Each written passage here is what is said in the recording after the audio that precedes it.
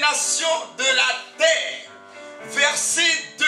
Voici toutes les bénédictions qui se répandront sur toi et qui seront ton partage lorsque, il y a une virgule, lorsque tu obéiras à la voix de l'Éternel ton Dieu. Mais dans nos églises, lorsque nous lisons ce passage, les gens sont pressés de dire Amen, Amen, Amen, lorsqu'il est écrit que voici toutes les bénédictions qui se répandront sur toi. On est très excités dans notre foi.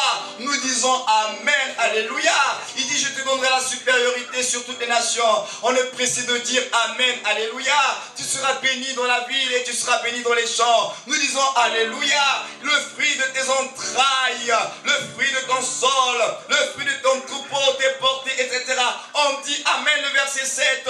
L'Éternel te donnera la victoire sur tes ennemis qui se lèveront contre toi. En nous disant Alléluia. Ils sortiront contre toi par un seul chemin et ils s'enfuiront devant toi par 7 chemins. Nous crions Alléluia. L'Éternel ordonnera à la bénédiction d'être avec toi dans tes greniers, dans toutes tes entreprises. Il te bénira dans le pays que l'Éternel ton Dieu te donnera. Et nous disons Alléluia. On est content. Tu seras la tête et non la queue. Il le dit. Nous disons Amen. Le passage il est assez lent. Mais vous connaissez ces versets. Mais non, moi je veux juste nous faire comprendre une chose. Dieu ne parle pas pour parler. Il dit, toutes ces choses sont des conséquences. Conséquences. Toutes ces choses-là, où nous disons souvent Amen, là, ce sont des conséquences. Tu ne vas pas aller arracher des choses qui sont des conséquences. Et la conséquence de quoi? Il dit la conséquence de notre obéissance. Voilà pourquoi le diable, connaissant la parole de Dieu, connaissant notre héritage, connaissant nos droits, il nous conduit toujours dans la désobéissance parce que le diable sait que la bénédiction est rattachée à l'obéissance. Alors lorsqu'il t'amène toujours dans la désobéissance parce qu'il ne veut pas que tu entres en possession de ton héritage. Amen. Donc nous avons tout intérêt à chercher à obéir, à nous soumettre à la parole de Dieu, parce que nous avons tout à gagner. Mais le diable te fait croire que finalement il n'y a pas grand chose. Et que tu préfères, et même pas que tu préfères, nous préférons maintenant les chemins courts. On préfère les chemins courts pour entrer en possession de ces choses. Il est dans sa parole, derrière sa parole, pour l'accomplir. Dieu ne va pas changer sa parole à cause de nos problèmes. Dieu ne va pas changer sa parole à cause des réalités de ta vie. Sa parole est éternelle. Tout passera, mais sa parole demeurera. Amen. Alléluia. Donc, lorsque nous lisons la Bible, nous devons comprendre les enjeux qui sont liés à la parole de Dieu. Ce n'est pas prendre des versets comme ça dans le désordre et rentrer en prière pour dire Seigneur, tu as dit, je serai la tête et non la queue. Il connaît mieux sa parole que toi. Lui, il sait que ce sont des conséquences. Et ta vie, tu dois plutôt regarder ta vie. Est-ce que tu es obéissant? Est-ce que tu marches selon la parole de Dieu? Est-ce que tu es soumis à la parole de Dieu? C'est plutôt à ça que tu dois regarder. Plutôt que de brandir des versets, plus Seigneur, tu as dit, je serai la tête et non la queue, tu me béniras. Bien sûr qu'il a dit, c'est sa parole, il la connaît mieux que toi. Non, le problème c'est nous qui ne respectons pas les principes de Dieu. Et c'est comme ça, comme on veut vite rentrer en possession de l'héritage, mais pas par l'obéissance. Pas par l'obéissance, mais nous voulons posséder dans la désobéissance. N'est-ce pas ce Dieu-là, à cause du problème de l'obéissance, qui a dit à Saül, à travers son serviteur Samuel, que l'obéissance vaut mieux que le sacrifice.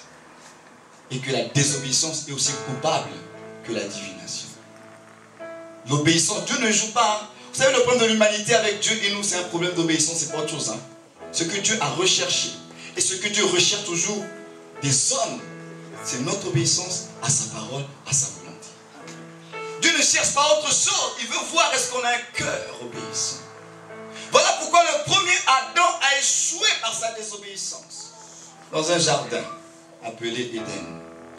Le second, le dernier Adam, Christ, a réussi dans un jardin par son obéissance à Gethsémane. Amen.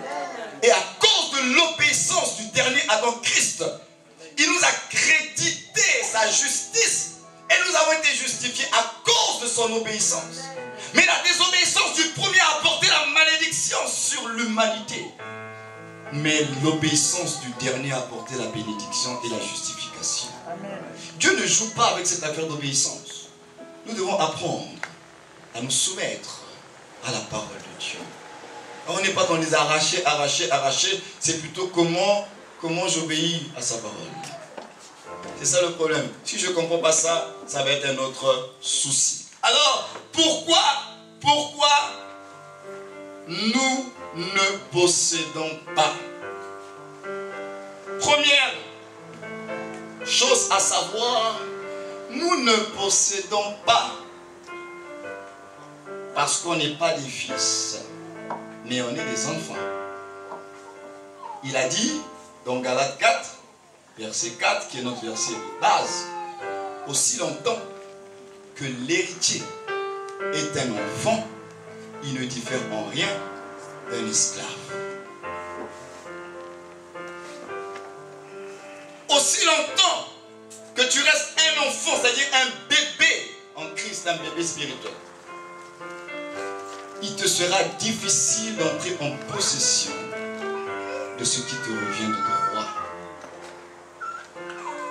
D'ailleurs, c'est même un phénomène qui semble être naturel, parce que même pour un roi, aussi longtemps que le roi est un enfant, il ne gouverne pas le pays. Il y a quelqu'un d'autre qui s'occupe du roi, bien sûr, par rapport à son éducation et tout ça là.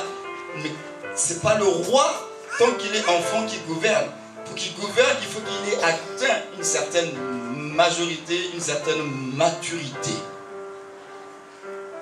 Il est roi, c'est vrai. En acceptant Jésus comme Seigneur et Sauveur, tu deviens enfant de Dieu.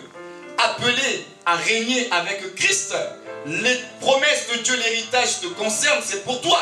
Mais pour posséder, tant que tu restes enfant, bébé spirituel, tu ne pourras pas entrer en possession. Et parce que tu es enfant, bébé, le diable va en profiter de ton ignorance pour prendre ce qui est à toi. Et hier, je disais que nous, quand nous parlons du diable, nous parlons beaucoup de son côté mystique, agressif, mais nous oublions de réfléchir un instant, on l'appelle le voleur. Le voleur. Or, on vole ce qui ne nous appartient pas. Et le diable est un voleur. Donc, il prend des choses qui ne sont pas à lui. Et lui, c'est ce qu'il fait dans la vie des enfants de Dieu. Il vient prendre des choses qui sont à nous. Il vient les prendre. Il nous prive d'un certain nombre de choses, alors que ces choses sont à nous de droit, à cause de notre position en Christ.